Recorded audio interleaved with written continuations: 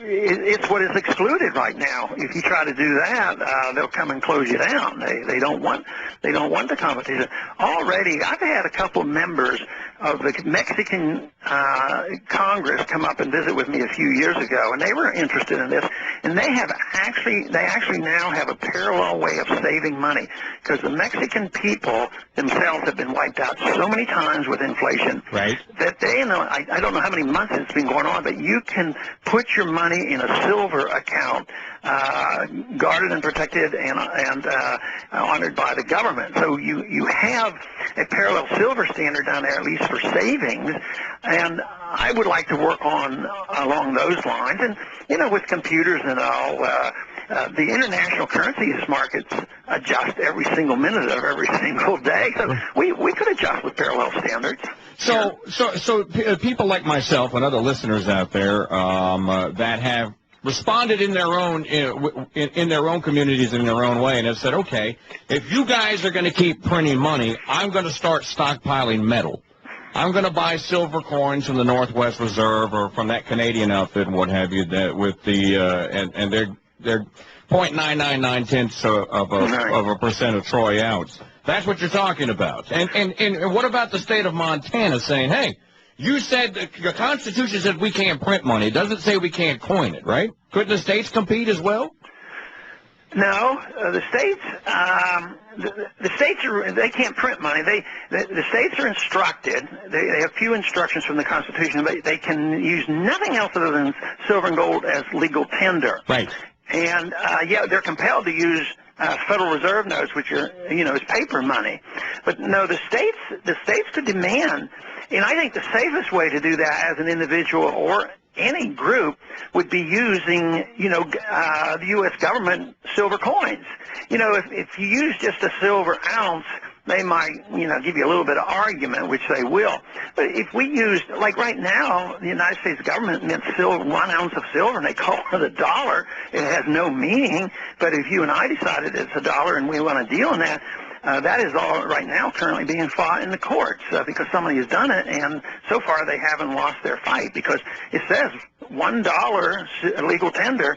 They did this assuming that if you owed me $1, you're never going to give me a silver dollar. It wouldn't make any sense because it's worth $15. Right. But if it was a mutual exchange and we started using $1 for $15 or $20, then they have to prove that it's not legal tender, which they can't because it's such a silly system that we have. They have no definition of the dollar currently, in court, because if you have any argument in court, that you always have to settle in the Federal Reserve notes. So you have to change that to get rid of the legal tender laws allowing the Federal Reserve notes to work. But you also have to get rid of taxes on gold and silver. Today, if you go buy a silver eagle, you go to the bank or you go to the coin store, you have to pay a sales tax, and then if that value goes up, which means the dollar went down, you pay a capital gains tax on your money. Ridiculous. That doesn't work. So that would be my goal, is to just legalize the competition. Let me ask you another question. Congressman Ron Paul from Texas with us today. Are you concerned, or I should say I know you are concerned. How concerned are you with the rumblings coming out of the Chinese and the Russians about, we may not need this dollar thing here. We may need an alternative? Well, I think it's a big deal, and right now it's in their interest not to hurt the dollar because they hold so many of them. China probably has 1 trillion of them, so they can threaten and all, but they have to be very cautious. Right. But if things get out of control, which generally is the case, that the value of a currency goes down rapidly toward the end, and then if they start dumping just out of desperation, then that's the end for the dollar. And then a new currency has to be devised. And the local government, like our government, would have to decide, are we going to redefine the dollar and go back to sound money, or are we going to just turn it over to the World Bank and IMF and the United Nations, which is right now that I'm quite sure they're working on that right now. Well, it's just a money laundering outfit, if you ask me. Well, it's been a little over a year since you and I started talking, Congressman, and we started talking in January of last year when you were running for the presidency. And most of your party, most of the Republican Party, had impugned you, had mocked you, had made fun of you. You got laughed at by Rudy Giuliani when you mentioned monetary policy. How good do you feel about the fact that more people now, I mean, you've actually had an impact here. People are having conversations now about monetary policy. Well, I feel good about it, that they're paying attention to sound economic policies.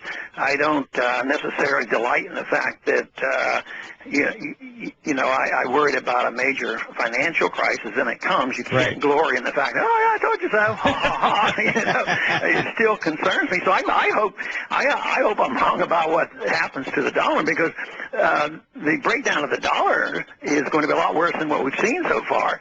So, but I think it's good that they're talking about the Federal Reserve. You know, a year ago or 2 years ago, I probably wouldn't have had about 3 or 4 people co-sign that bill, to open up the books on the Federal Reserve. So I think we're making progress, but I don't think it's me as much as what has been done. People who have laid the groundwork for this in the study of economics, Austrian economics, and radio talk shows like yours. It reaches a lot of people, and I'm impressed that the college kids are so excited about studying this issue.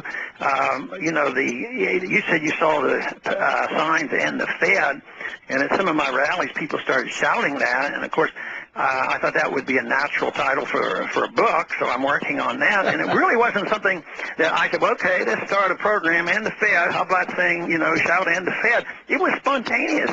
So people are starting to realize this, and this is what we should have expected, and I've always anticipated, that finally the people wake up and they sense something seriously wrong, and even a 10-year-old can figure out that if you take pieces of paper and write a 1 on it, it's $1. If you put a 0, it's worth 10 times as much. I mean, they say that monetary policy is complicated, but I don't think it is that complicated. Well, and then the other thing, and we're just about out of time with you, right. The other thing is you wrote an Amazon.com bestseller. It's called Revolution and Manifesto here. Aren't you heartened? Because I know that I am, and I see the rumblings out there. The Founding Fathers are making a comeback. The Constitution is making a comeback. And if nothing else, we can always look forward to that and to building upon that, wouldn't you say?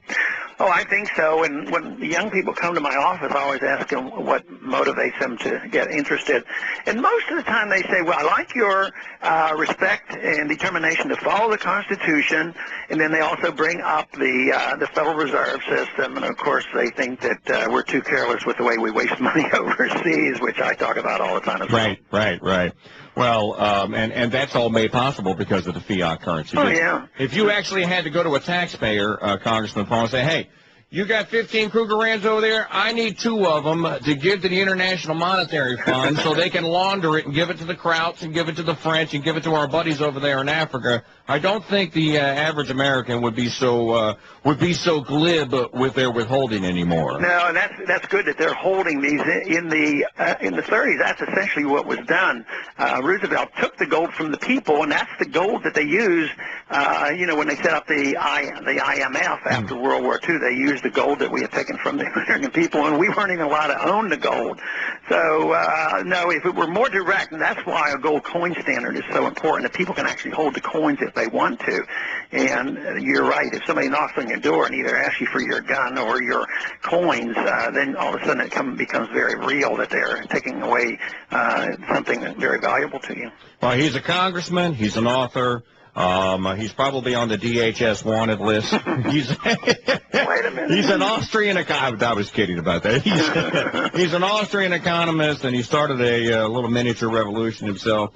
Always a pleasure, my friend. Keep up the hard work, and we'll keep spreading the word, okay? Thank you very much. Good to be with you. All right. Thank you, Congressman Ron Paul there. Now, you see, I got to tell you, he's smart. He's smart. There wasn't any of this, we need to have this policy here because people are hurting out there. And he may say things, well, people are not as well off as they were because their money has been devalued.